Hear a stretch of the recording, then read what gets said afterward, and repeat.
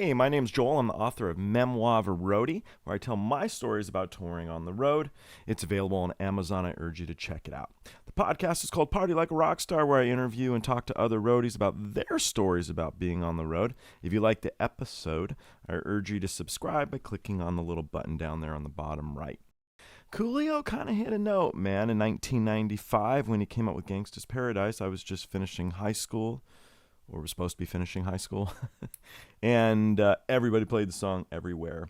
Other thing is, everybody kind of liked Coolio, so I reached out to some friends, and I asked them if they had any great Coolio stories. My buddy Eddie Meade is featured here telling his Coolio story. I hope you enjoy it. If you do, we have a full-length episode of him with another roadie named Ray. He mentions him in the beginning here of the quick little bite, and I hope you get a kick out of it. All right, tell us your story now that you got an audience. All right. So I have a day off. I'm over in Europe with W.A.S.P, you know, Ray's favorite band. Favorite band in the whole world, yeah, Blackie Lawless. Yeah. So we have a day off in Serbia, and my tour manager asked me, he's like, "Hey Eddie, do you have any weed?" And I was like, "Of course I have weed, because I'm always prepared with weed." And he said, "Can you roll up a doobie? I got a buddy that's coming into town, and he doesn't have any weed, and he wants to get high." And I was like, "Yeah, sure, no problem." So I go to my room and I twist one up, and I go to his room, and we're sitting there, and I was like, "All right, when's your buddy coming over?" And it was just like 2 minutes later, there's a knock at the door, and I see him over there hugging somebody, and I was like, what's going on over here? And I look over, and the next thing I know, it's fucking Coolio. Coolio shows up, and he's ready to get high. So my jaw just dropped, and I'm like, holy shit, it's fucking Coolio. I must have said it 2 or 3 times. I did. I was fucking tripping out. And I was like, this is the guy that wants to smoke. I was like, all right, killer. So he came in, introduced himself. Did you give him the good bud, or did you hide the good stuff? It was whatever I had. At that time, what is Serbian weed like?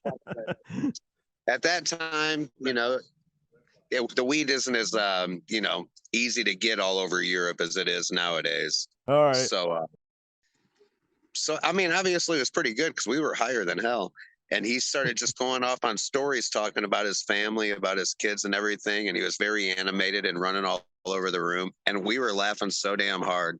It was about an hour of this going on, and it was genuine laughs and free entertainment. It was awesome. What was Coolio doing with hanging out with W.A.S.P? Were you guys just at the same hotel, or how did that work out? Well, he knew the tour manager, and he must have been over there on tour at the time as well. And somehow they kept in touch, because he also knew him from Twisted Sister. The second time that I ran into Coolio was I was working for Twisted Sister, and we're playing at the House of Blues in LA, rest in peace. And I look over to the side of the stage, and I saw Coolio over there. And in between the breaking the songs, I made my way over there to him.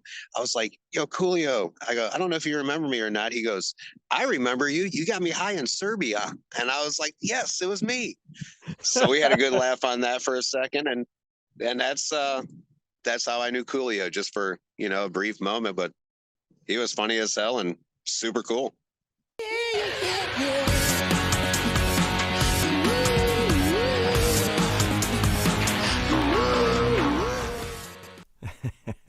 I hope you guys enjoyed the clip. If you have any stories about Coolio, feel free to share them. Us roadies love stories. If you got any other comments, you're welcome to post those too.